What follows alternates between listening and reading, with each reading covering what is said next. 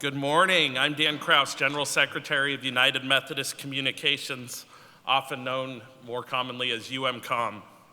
And it's my pleasure to add to Gary's welcome to the pre-General Conference briefing.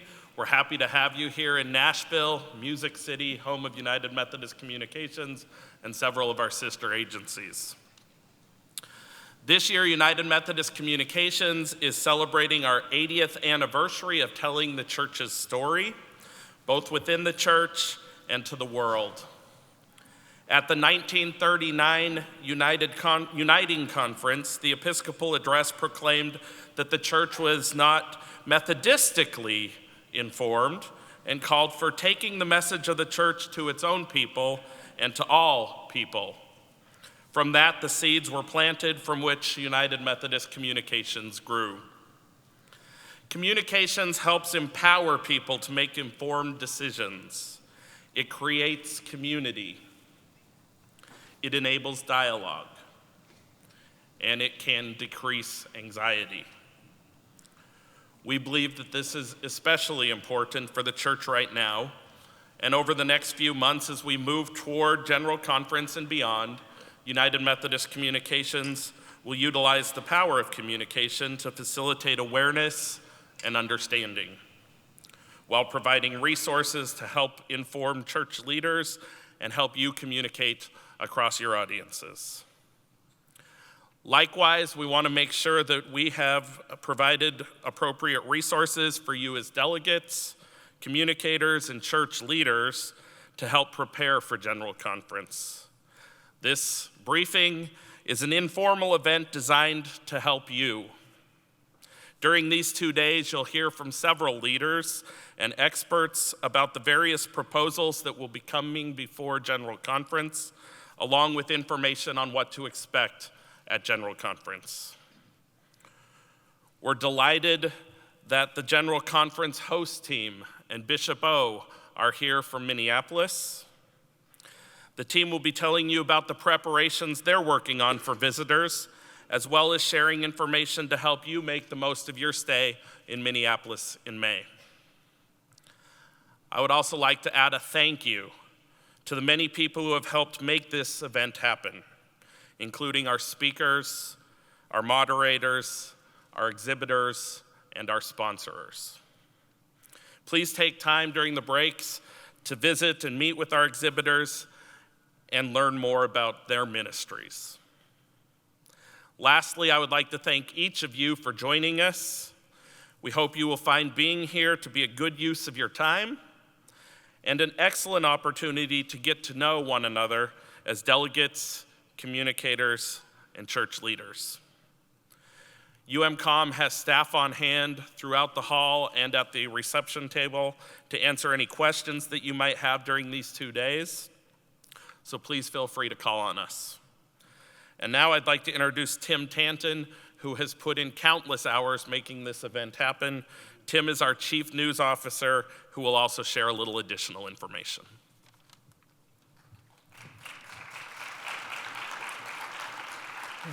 Thank you very much, Dan. Well, welcome again to the pre-General Conference briefing. Grace and peace be to all of you. What a blessing it is for all of us to be here together in this space today. Amen? We have packed a lot into these 2 days. The topics on the agenda each merit much more time than we're able to give them in this event. But we wanted to put as much into these 2 days as we possibly could to give you the deepest familiarity possible for doing your work at General Conference, whether as a delegate, a communicator, or church leader. This is an informational event. The purpose of the sessions is to give you the best information, and we have lined up really the most authoritative speakers available for each of the topics that we will be addressing and hearing about. Our speakers have kindly given of their time, and many have traveled some great distances to be here with us. We are also blessed to have a number of speakers and communicators from the central conferences with us today. I would like to also just share with you the fact that While this is billed as a United Methodist Communications event, this is really the result of a collaboration across agencies. And I think as you look at the agenda, you'll get a sense of the degree of collaboration that has occurred to bring this event together. I do want to say a special word of thanks for our worship leader, Raymond Trapp, the worship and music director for General Conference. Raymond has been working for several months preparing these worship moments for us. And would you please just join me in giving him a round of applause?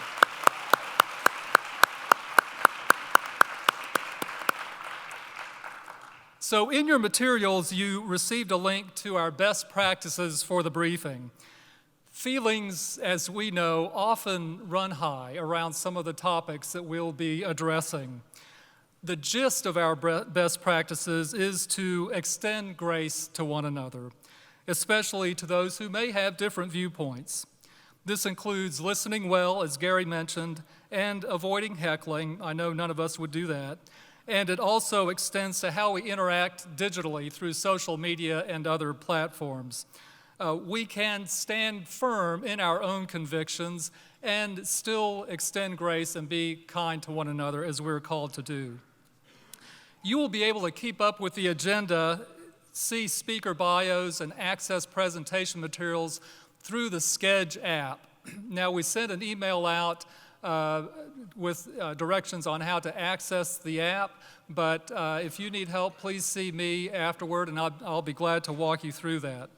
This event is being recorded, and video segments from it will be posted online on the pre-General Conference briefing website within several days of the briefing. So you can go back and review what you will have experienced today, and you can also share this as a resource in Sunday school classes and other conference gatherings that you may have.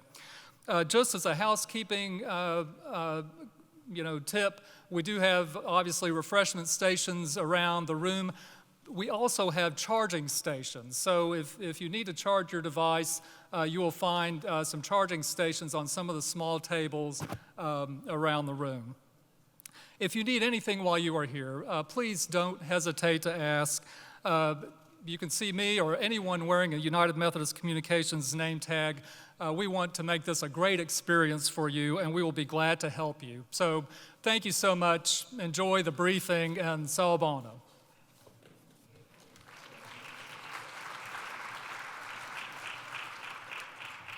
Thank you, Tim and Dan. We're also blessed to have the resident bishop, Bishop McAlilly, who will come and greet you.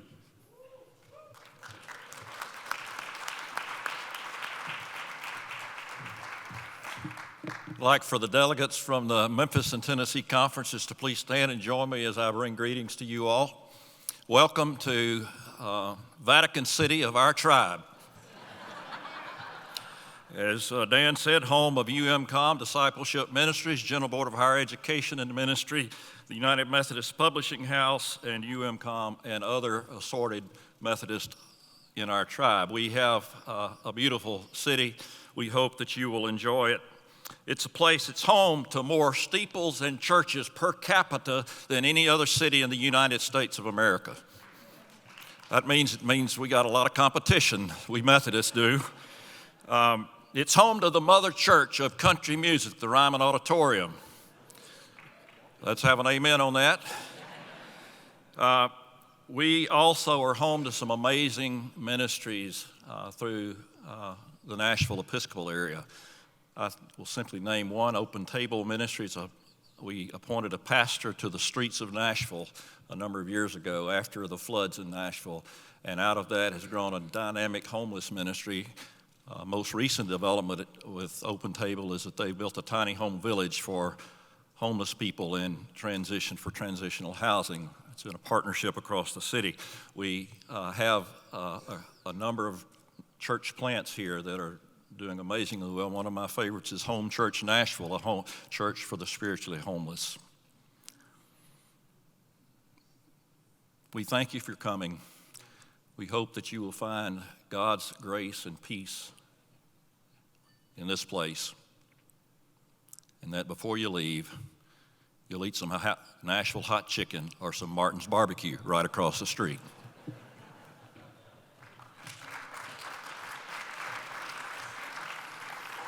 Thank you, Brother Bishop. I want to apologize for a moment because we've forgotten one thing. I haven't heard the word y'all yet. Welcome, y'all. I believe our host committee is present from Minneapolis, and we have with us Becky Rowland and Jim Hahn who will come.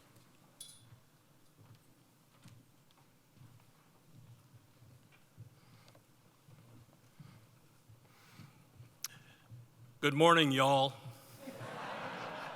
Thank you. We play well with others. Yeah, thank you.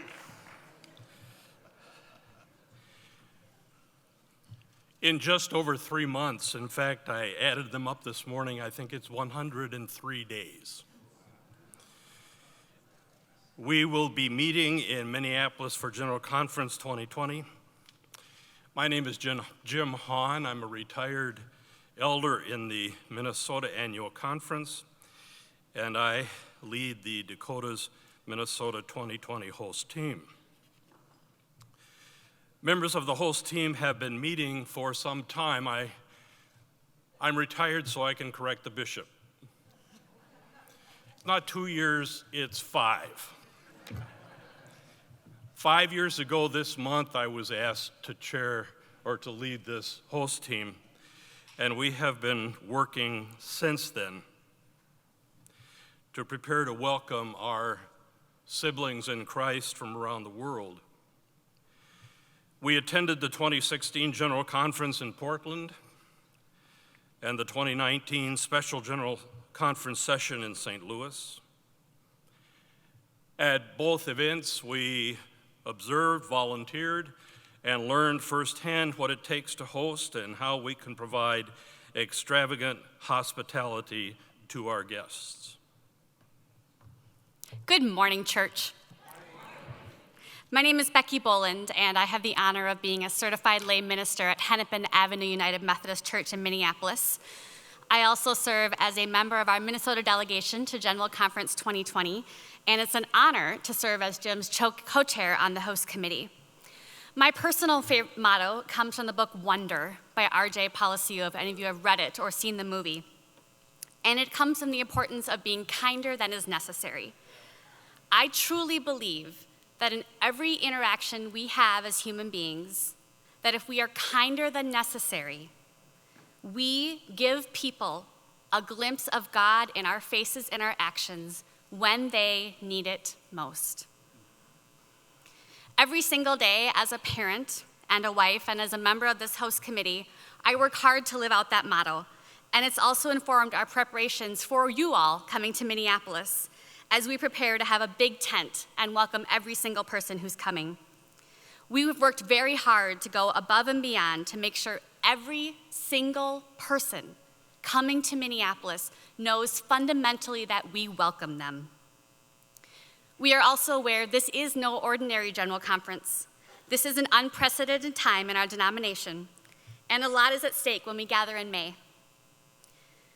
We, as the Dakotas and Minnesota United Methodist, intend to demonstrate through our actions, loving our neighbor is not about agreeing on all the things we care about. And we want you to know that no matter who you are, no matter where you are from, you are welcome in Minneapolis.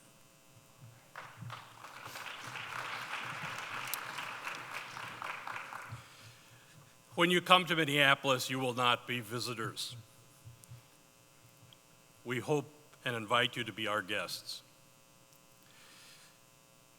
Now, you may be wondering what to expect when you arrive in Minneapolis, and especially if you've never been there before, so let's take a look at a 5-minute video, and I do want to thank United Methodist Communications for helping us to produce this video, featuring some of our Minnesota pastors who will give you a sense of what things will look like.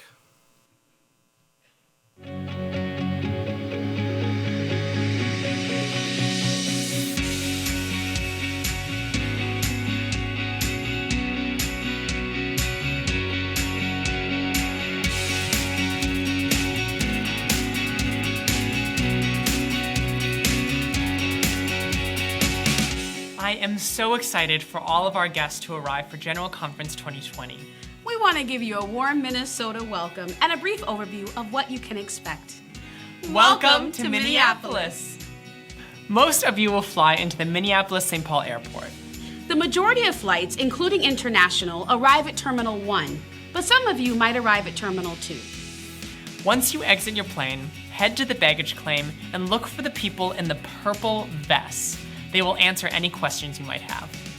After you get your bags, the purple vested people will help you with ground transportation to your hotel.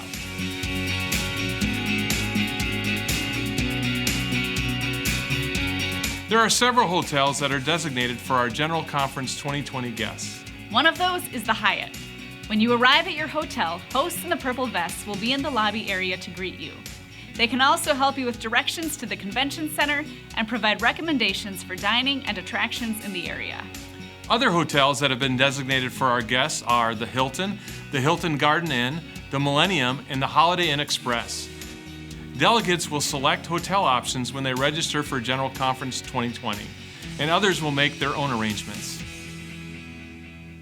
You can walk to the Minneapolis Convention Center where all of the sessions for General Conference 2020 will be held.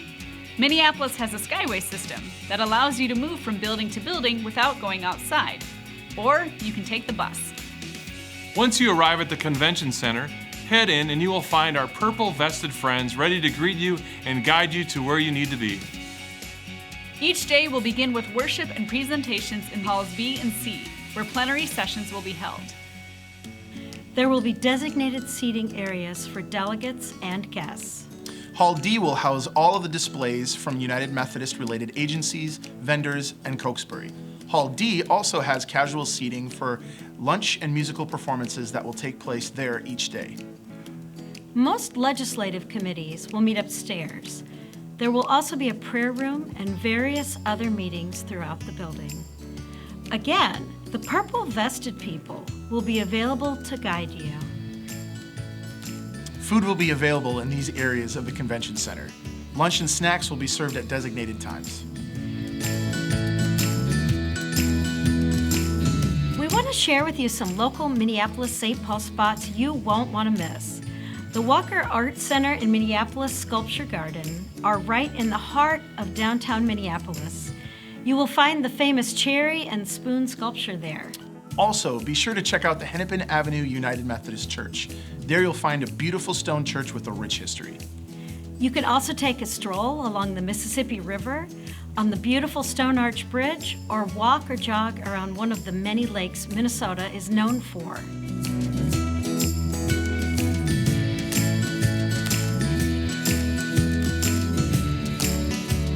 Or you can do a little shopping at the Mall of America. The light rail is a quick and easy way to get around Minneapolis and St. Paul. The blue line goes to the airport and the Mall of America, and the green line goes to St. Paul. There are a lot more places you may want to explore while you're here. While you might think of Minnesota as being a frozen tundra, we assure you that springtime here is lovely, but you will want to dress in layers to be sure you're comfortable. The host team has a fantastic website with lots more information, attractions, and helpful hints to help you enjoy your stay.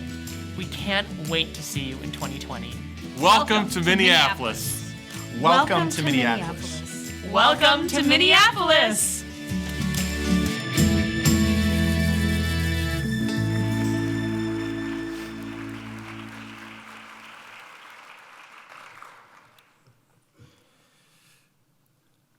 A link to that video will be available on the General Conference website and on our host team's website, so that you can refer people who have not been here to that, so they can also find information about coming to Minneapolis. One of the things we're most looking forward to is presenting each and every one of you with a handmade purple scarf.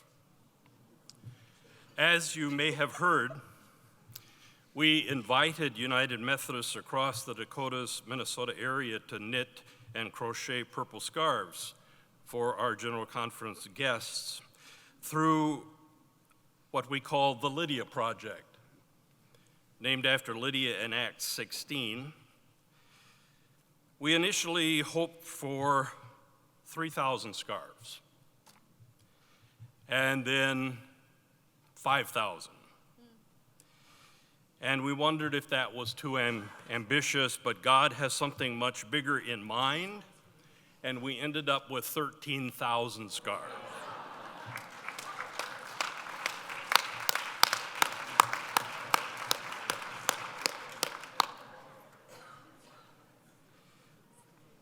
We want you to know that when you receive your scarf in May, that the person who created it for you has been praying for you.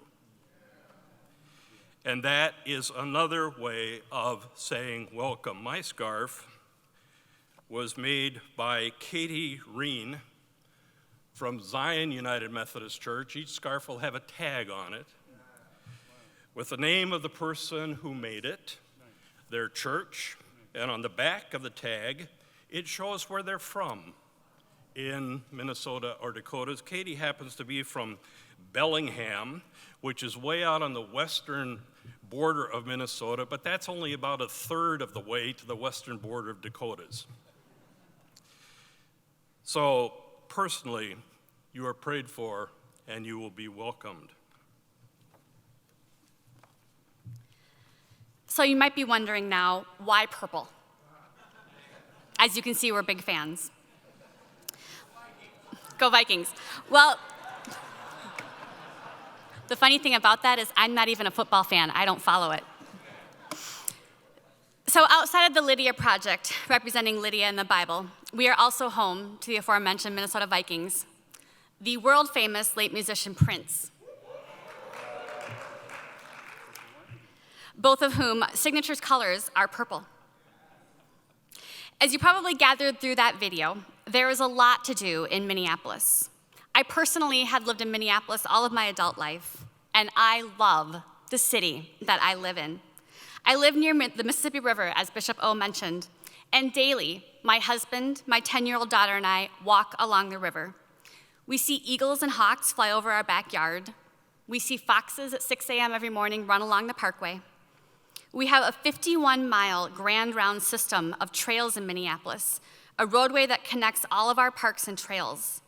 Minneapolis is an amazing city to play outside in year-round, even on those days with a foot of snow. Perhaps even those days the most.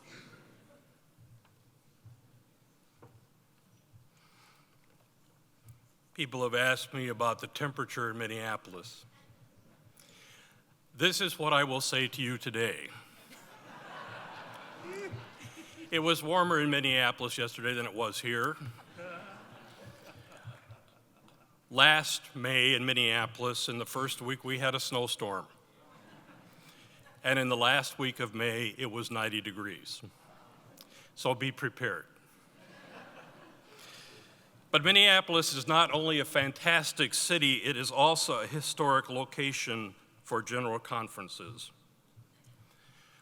On May the 4th, 1956, the General Conference of the then Methodist Church met in Minneapolis and did something bold and amazing.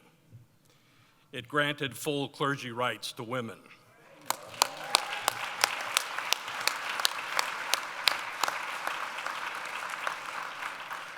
And the church has been better for it ever since.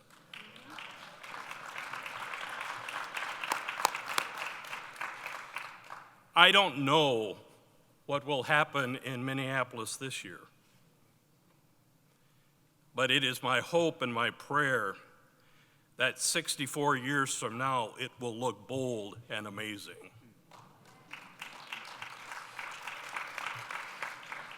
Now, just in case we haven't yet convinced you how great Minneapolis is, we've invited our two General Conference delegates from Minnesota to briefly tell you about what they love about Minneapolis.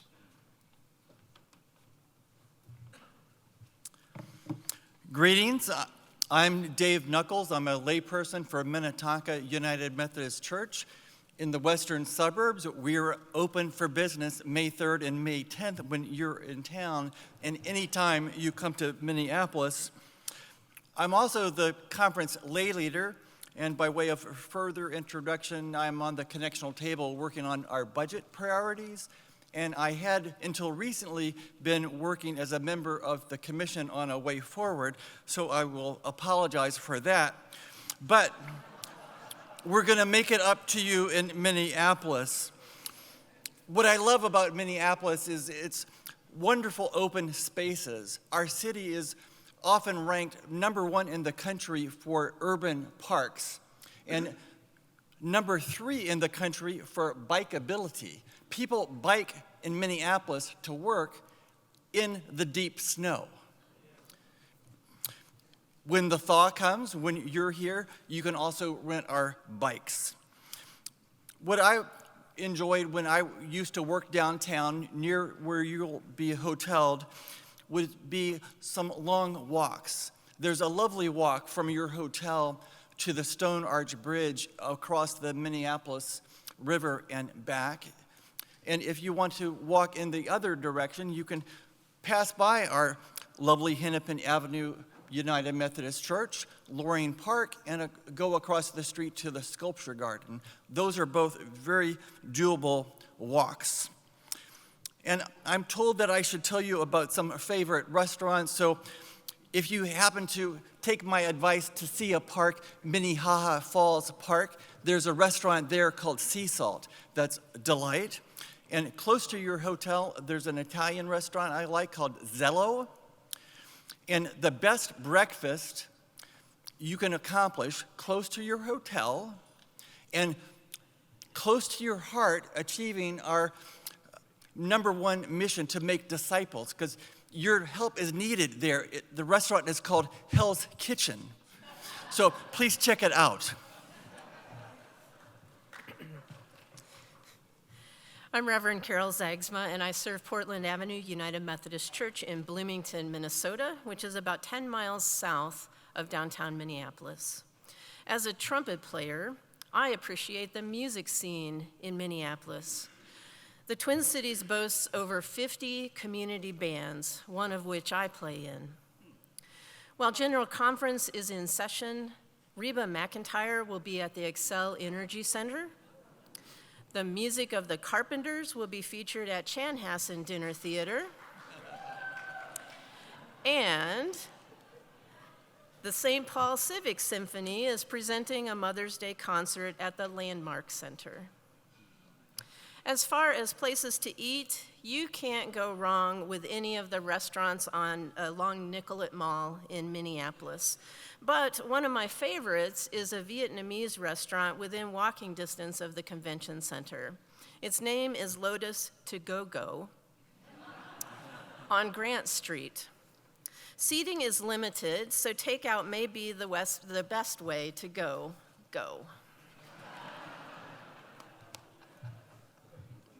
Thank you, Carol and Dave. Well, I honestly hope that you are as excited to come to Minneapolis as we are to host you. Please be sure to visit our Dakotas, Minnesota display table in the vendor area. It's just right outside these doors right here. Also, any of us who are assisting with the host committee process have these snazzy buttons that say Minneapolis 2020. Ask me. We're also conveniently dressed in purple. But please take a moment to check out our host committee website, GC202welcome.org, for information about travel, accommodations, getting around, attractions and dining options, and much more. You can also contact us through the website, and we'll do our best to answer your questions. As I said earlier, we want you to know as a host committee that, again, no matter who you are, no matter where you are welcome in Minneapolis, and we cannot wait to have you. Thank you.